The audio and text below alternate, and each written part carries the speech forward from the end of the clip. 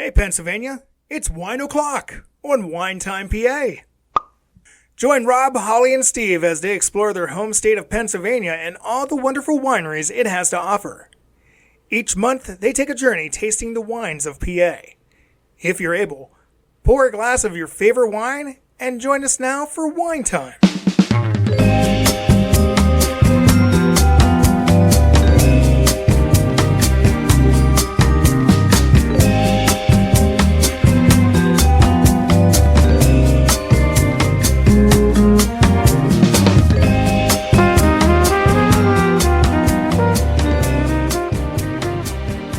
Happy New Year and welcome to another episode of Wine Time PA. I'm one of your hosts, Steve, and I'm here today with my lovely wife, Holly. Hi, everyone. And our good friend, Rob. Hello. For our first-time listeners, we are just your everyday wine-loving trio who are on a quest to explore the over 400 wineries our home state of Pennsylvania offers. Join us each month as we talk about our experience at a different winery, and in today's episode, we're going to be discussing Seven Mountains Wine Cellars. Seven Mountains is located in the town of Spring Mills, which is about halfway between the more known towns of State College and Lewistown. They have a wine bar in the town of Boalsburg, which is also just right next to State College. And their main winery is open daily, but closes for the major holidays. You don't need any reservations, just drop by during their open business hours. We should also note that the wine and the wine bar are relatively close proximity to where we live, so we've been there many times. We've had their wines often, and we have a pretty good sense of what they offer. Mm-hmm. Today we're going to be focused on that main winery location in Spring Mills. Yeah, and I mean, I've enjoyed both the wine bar and the main winery itself over the years. As you mentioned, we've been there numerous times. And while that wine bar in Boalsburg is really great and a good stop if you're in the area, I just love the setting of the main location. It's just so beautiful. For listeners, if you've never been, basically you're going to be on top of a mountain. You're going to get off the highway at an exit, and you're going to drive back about a mile on this road that's basically just stone or dirt. And you're going to be surrounded by trees and nature and thinking, there's a winery back here. It's kind of what you think the first time. And don't worry, you can't miss the winery though when you're driving back the road, because the whole area just kind of opens up and there's a parking lot and you just see this beautiful building. It's just made out of wood, which really fits the setting of the woods as you're driving back there. They really embrace it not only in the outside but in the inside. When you first walk in, it's just this big, open, lovely space. There's basically two large rooms when you're in there. The first room that you walk in, there's this really nice fireplace and sitting area. And you'll notice the wine area off to the left side where the bar where you can order your drinks and things like that.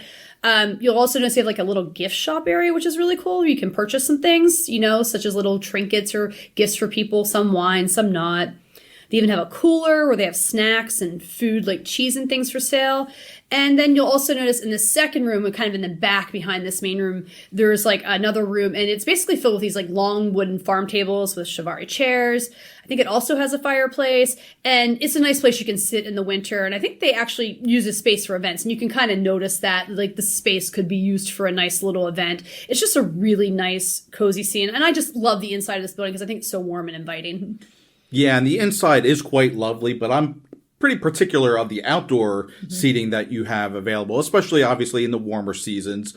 They do have a covered porch area that sits on the side of the building with some tables and high chairs sitting around those.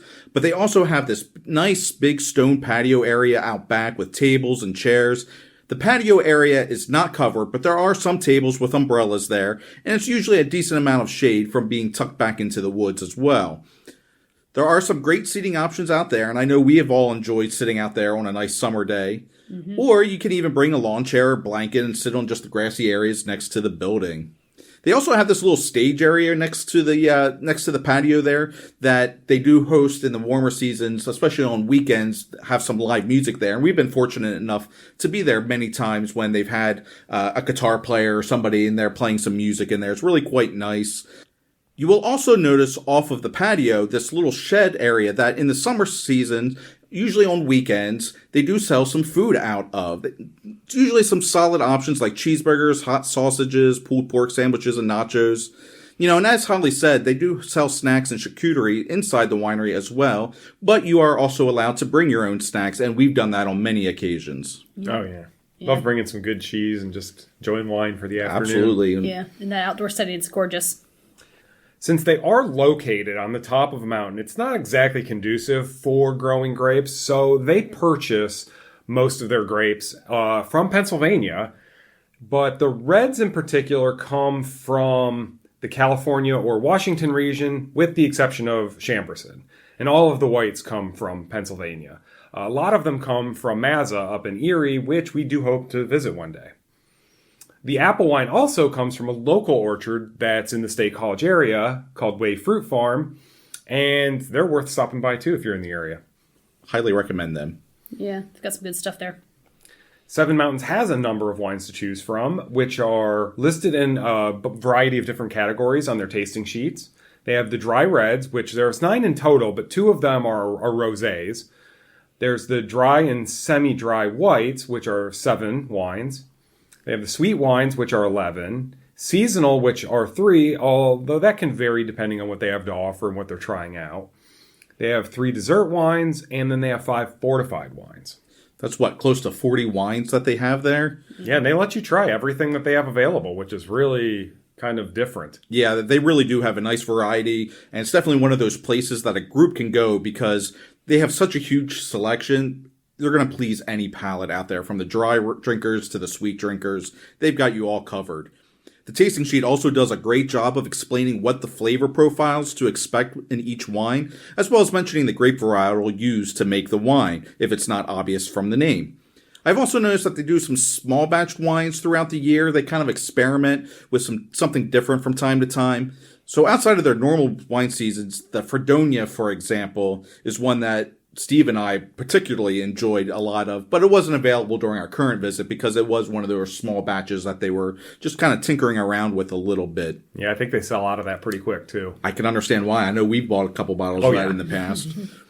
For the tastings, they do them in flights of 5, and they offer 2 sizes, which I believe are 1 or 2 ounce pours, though I will note that they tend to be pretty generous with their pours.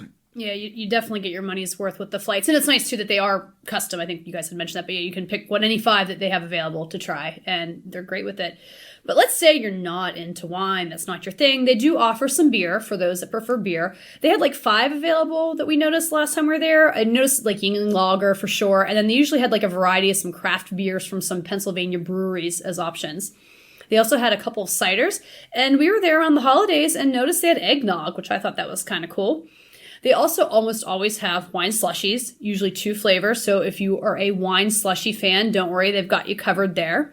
And in terms of non-alcoholic drinks, I noticed in the display they had some bottles of water, some cans of soda, and I think they even had some root beer, which was also made from a brewery. I don't think it was alcoholic. I didn't look at it too closely, but so that was kind of nice, like a craft root beer you could try. And now it's time to move on to everybody's favorite part, where we get to talk about the wines themselves. So for this part, each of us have narrowed it down to our top 3 favorite wines that we want to discuss. And as a reminder, our recommendations are just based on our own personal tastes and preferences. We are not being paid or endorsed by anyone for our recommendations. And while we hope you find inspiration with our suggestions, we always say, when it comes to wine, drink what you love. Rob, why don't you start us off? All right, well, for my first pick, I'm going to go with something that probably won't surprise both of you, but I'm going to go with their spiced apple. Yeah, you love spiced apple. I love apple wines, and I particularly love spiced apple wines. And this one was just a really good example of a spiced apple. The sheet said it was a blend of 7 different apples, although I didn't get the variety of those apples that they made up with this. But it was a well-balanced blend with those spices like cinnamon and cloves. It wasn't too overwhelming. It was just right there. I had this chilled when I was there, but I would assume this would be very good warmed up on a crisp fall day, maybe watching some football or something. Yeah. It was a sweet wine, but it wasn't too sweet, and it's my third pick for today. Yeah, it's not a bad apple wine. I'm not super prone to apple wines, but I do enjoy having a small glass every so often, and it is a nice one. And I do remember getting those spices a lot. My number 3 is also on the sweet side, which, I'm picking a sweet wine. It's called the Afternoon Delight. Good pick. Yeah. And I do want to say, there's sweet wines. I think they said there's 11 of them. They're not overly sweet there. I never feel like I'm drinking something that's sickeningly, sugarly sweet. So this one I thought was really nice. It's made from the Steuben grape, and it smells like very grape juice to it. To me, I was smelling grape juice. But when you taste it, the fruit of it's definitely more citrus and grapefruit with some subtle hints of tangerine in the finish that you can pick up on after drinking in a while. The citrus offsets that sweetness, I think, very well, and it makes it a very well-balanced drink. I also love the name, Afternoon Delight, because to me, it fits it well. Sometimes in the middle of the afternoon, some days I just want something a little bit sweet, And if you want that and you're not working, I think a little sip of this would go a long way. Yeah, this was a great wine, and I almost tinkered about putting it on my list, so I'm glad you brought this wine up, Holly. Yeah, I agree. This is just a fine example of why you should try wines outside of your comfort zone, too. I don't like the Steuben grape. I tend to avoid it, but I'm always willing to try something. And I just really like the Afternoon Delight. It was almost my number 3 as well, but I picked the Cab Franc instead. Yeah. So I'm glad Holly picked it. I'm glad it's getting recognition. Yeah. Yeah, the Cab Franc is just this, it's like a nice medium body. It's a little less body than I think you get a lot of times with the Cab Franc, and that made it much more drinkable in my opinion. It had this touch of fruit to start off, a bit of spice about halfway through, some nice tannins in the finish that just gave that good bit of dryness. It was even blended with some mild oak, some French and American, for about a year. And while I don't really care for oak a lot of times, this really enhanced the flavor instead of detracted from it, from my perspective. And the whole wine just drank really nice and smooth, and I thoroughly enjoyed it. Yeah, this was a good Cab Franc, and again, another wine that I almost made my list because I really enjoyed the Cab Franc, and it's a variety that I'm starting to experiment around with a little bit more and drink a lot more, and it's one I'm starting to warm up to quite a bit. I'm glad we're back filling in for you, so you didn't have to pick your number 4 and number 5. Well, stand by on that. Yeah, it was really hard, I think, to narrow the top 3 because, like I said, we've been here a lot and they have so many great wines. So it was hard to narrow it down. So I think we're moving on to number 2, and I will kick us off, and I'm going to pick the We Are. And it's listed as their house reserved semi-dry white wine, and it's a blend made from the Cayuga and Riesling grape, which I thought was an interesting combination. Yeah, that's a fun blend. Yeah. I noticed I got some floral notes in the aroma and the smell, as well as some fruit notes of peach. And then when I sipped it, I kind of got that fruit in the start. And it didn't surprise me. A Cayuga grape does tend to have a lot of fruit in it with notes of peach. So I got that. And I also got some pear and then a little bit of citrus. But then it finished very reminiscent of a Riesling to me with that minerality or that you expect from a Riesling that had that finish there. So it had really nice acidity. And I thought it was just a really nice balanced wine. Yeah, I also like that too. It was nice and fruity and the right amount of acidity. It was just a really nice overall blend. I got mostly Riesling too, but I really think that Cayuga did a nice job smoothing out both the taste and the aroma and just, making it nice and even. Yep. So for my number 2, I'm going to pick the cranberry. Really? Yeah. Yay! And anybody that's listened to our intro episode, this is one of the fruit wines that I really like and gravitate towards when I see it on the menu. And this is the cranberry that started it all. It's the first cranberry I ever tried, and it's still one of the best that I've ever had. It's actually made from cranberries, and it's just got all this beautiful tartness in it. There's a bit of sweet in there, but it's not overwhelmingly sweet. The tartness really shines, especially in the finish. You get a little bit more sweetness in the beginning and a little bit more tartness in the end. And it's just perfect. Well, I like to think that I can credit you for this because I introduced you to this cranberry wine because they were one of the first to make cranberry. You see cranberry in the menu everywhere, but I remember several years ago going there and I tried the cranberry and I was like, oh, this is really nice. I like the tartness, and it was around Thanksgiving. I thought this would be perfect. And then I introduced you to it. So I take a little bit of credit for it. But yeah, it is a really nice cranberry wine. Yeah, you're right. When we first saw this, it was the first cranberry I had seen for years, I think, until some other wineries started realizing that it's an interesting fruit to play with. Well, to round off our number 2 picks, I'm going to go in a completely different direction here, and I'm going to pick the Sauvignon Blanc. Nice. Yeah, good wine. This is Sauvignon Blancs are a wine that in this past year I've really started to enjoy more and more that I see them and try them. And this was no exception. It had a nice fruity aroma to it, and I even had on my sheet that it just smelled wonderful when you take that first sniff. There's hints of green apple and some citrus, perhaps like some lime in there, maybe even some hints of passion fruit.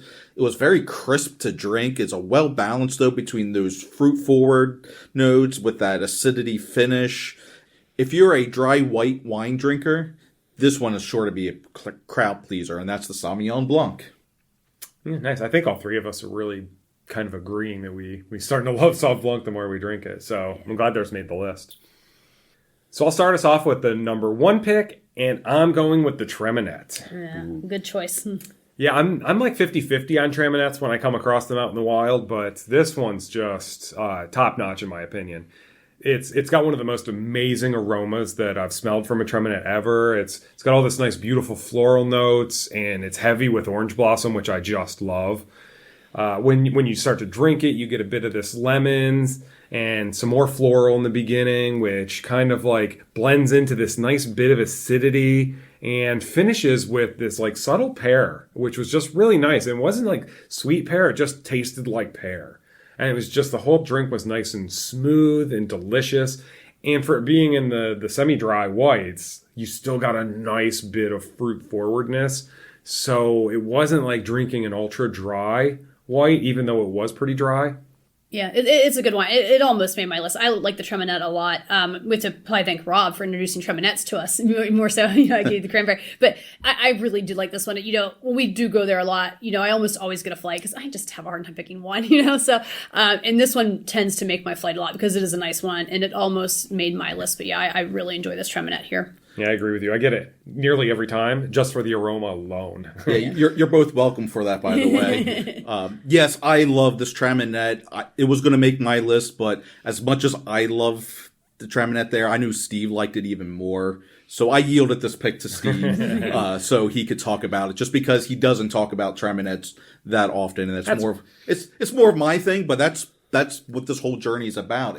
And we can both pick it. It's fine. Right. Mm-hmm. And exploring our palate, expanding our palates and trying different things. But for my number 1 pick, I'm going to go back to something more classic of me, which is a dry red, and I'm going to go with their Pinot Noir. Mm-hmm. Yeah, that's a good choice. Yeah, it is. I was debating between the Cab Franc and the Pinot Noir, so glad that I picked this one because Steve, you picked the other one. But this was just another great example of a Pinot Noir. It's a lighter bodied dry red, so it doesn't sit as heavy on your tongue when you drink it. Had a beautiful red coloring to it.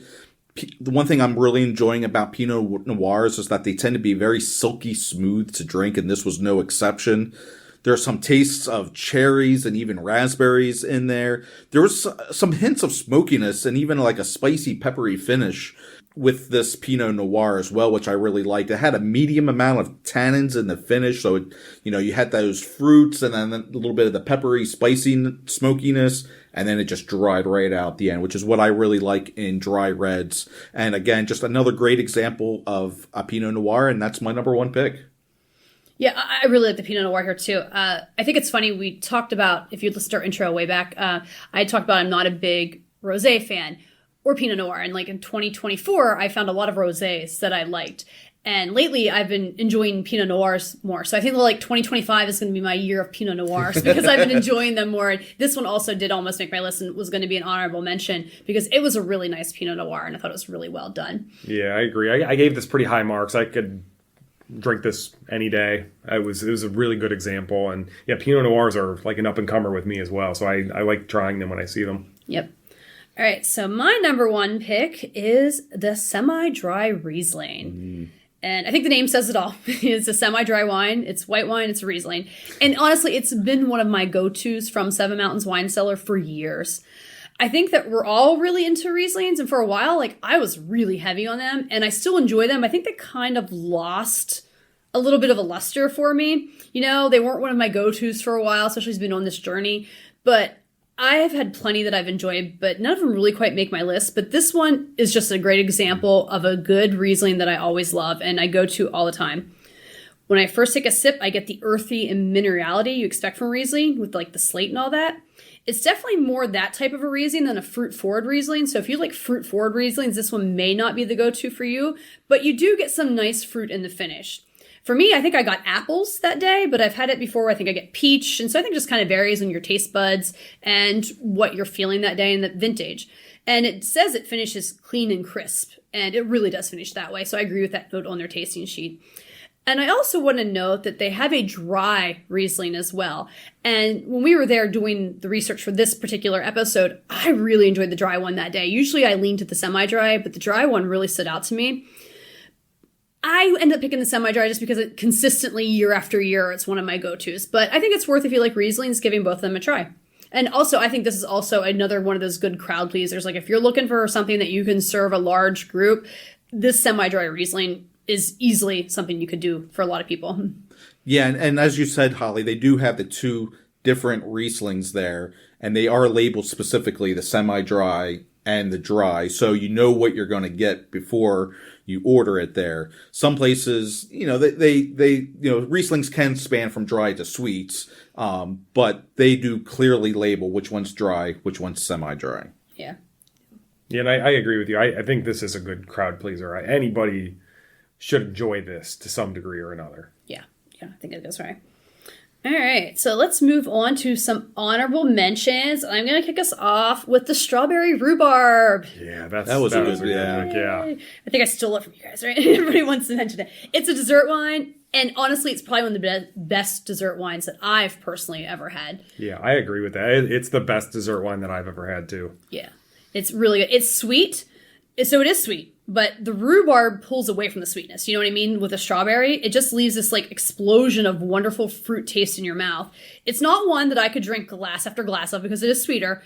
But for sure, on a nice day, a small little glass after dinner, sitting outside would be really great. And if you ever had like strawberry rhubarb pies or desserts, they really are a nice pairing, and that shines through in this wine. And I do want to note too, they also have a just rhubarb dessert wine, and the rhubarb dessert wine is also really nice and enjoyable, especially if you like rhubarb, but there's something with that combination with the strawberry. It just works well together. Yeah, I have to admit, I'm not a huge fan of rhubarb, to be honest. I don't tend to get the strawberry rhubarb pie when available, but yeah, their rhubarb wine is good, but the strawberry rhubarb, man, that's like perfect. It is a perfect dessert wine in my opinion. I love it. I was going to add that to my honorable mentions too. I almost picked it as 3, but I just have a hard time with the dessert one because you just can't drink glass after glass of them. They are for dessert. Yeah. Well, let's see. For my shout out, I was going to do the strawberry rhubarb. So we all loved it. So that's already taken. My next choice was going to be the Cabernet Franc, which Steve talked you're about. welcome. So I'm going to go and give a shout out to their 10 point, it's called. It's a dry red blend of, I believe, Merlot and Cab Sauv and, 4 or 5 different dry reds. Just a really good dry red blend. So if you're into the red blends, it's a good one to try, and it's called 10 point. It's not a blend of 10 wines? Surprisingly, no. Yeah, seems like a lost opportunity. But 10 dry reds. No, that would be overwhelming. Yeah. It'd be overwhelming. So they stick with, I believe, 5. Okay, so let's move on to the best-selling wines they offer. We asked them there, and they told us that their all-time best-selling wine was the Blackberry Merlot. That's a good one. Yeah, it's kind of surprising and kind of not surprising. I mean, we've had it. I'm not a big Merlot fan. That's a really nice delicious wine. It is listed under sweet though. It's got a lot of blackberry. Yeah, a lot of times blackberry Merlots tend to be on the drier side. They feature more of the Merlot than the blackberries, but they did it like opposite, where they're featuring more of the blackberry than the Merlot, so you get that sweeter notes in there. Yeah, and I've always rated that wine high, so I see why it's one of their best sellers. Yep, and some of their other best sellers include the semi-dry Riesling, which obviously was my favorite. They also mentioned the Tickled Pink and the All Razzed Up, which are 2 of their sweet wines. And I have to say, when I first started visiting Seven Mountains years ago, I was definitely a sweeter wine drinker back then. And these were 2 of my go-to wines. So if you like sweeter wines, I do recommend giving these 2 a taste. Yeah, and I have to agree with the crowds here, too. Those are 2 great sweet wines. And I remember back when I was in the sweeter and you would buy those, I definitely enjoyed them. Yeah, they're good. Yeah, they're good. And then finally, they mentioned that the Just Peachy is their favorite fruit wine. So if you're a fruit wine drinker, I would check out the Just Peachy. Yeah, that's a good one. It was almost an honorable mention for me. I had it the last time I was there, and it was really good. Yeah. So now let's talk about some of their award-winning wines. You'll be happy to know that Seven Mountains Wineries have won many awards over the years. If you visit their main winery, they have most of their medals hanging on the wall, and they're going to need a bigger wall because they have a lot of them. Just to name a couple of them from the last couple years, at the 2024 PA Farm Show, their Traminette won gold medal. Yeah, I'm not surprised. I've had the Traminette before, but I do think this year's vintage... This year's was a little better. It's probably the best vintage I've had. Not to say that the others weren't good, but this one was great, and it deserved gold. Well, speaking of their other vintages, in 2023, their Traminette won silver. Yeah, there you go. So there you go. They also won silver for their Yellow Jacket. They won gold for their Black Tie. And their General Porter's Fort, which is a port wine, won gold medal in 2023. Boy, try saying that 3 times fast. I can't say it one time slowly. I think it's General Potter's Fort. General Potter's, yes, excuse me. General Potter. General Porter's Fort for a port wine does have a ring to it. See, maybe I need more wine in me or something. But those are from 2023, the farm show. They also won double gold for their fortified wine, Seventh Heaven, at the 2023 PA Keystone Cup. So again, just a few of their wines that they've won medals for over the last couple of years. Many, many more have won over the years, and they have many of those medals, like I said, hanging on their walls, and they need a bigger wall because they keep winning year after year. Yeah, well deserved, and congrats to them and the winemakers for making such great wines. So, in conclusion, Seven Mountains is just this beautiful winery tucked away in the mountains of central Pennsylvania. It is one of our local favorites, and we recommend it to anybody.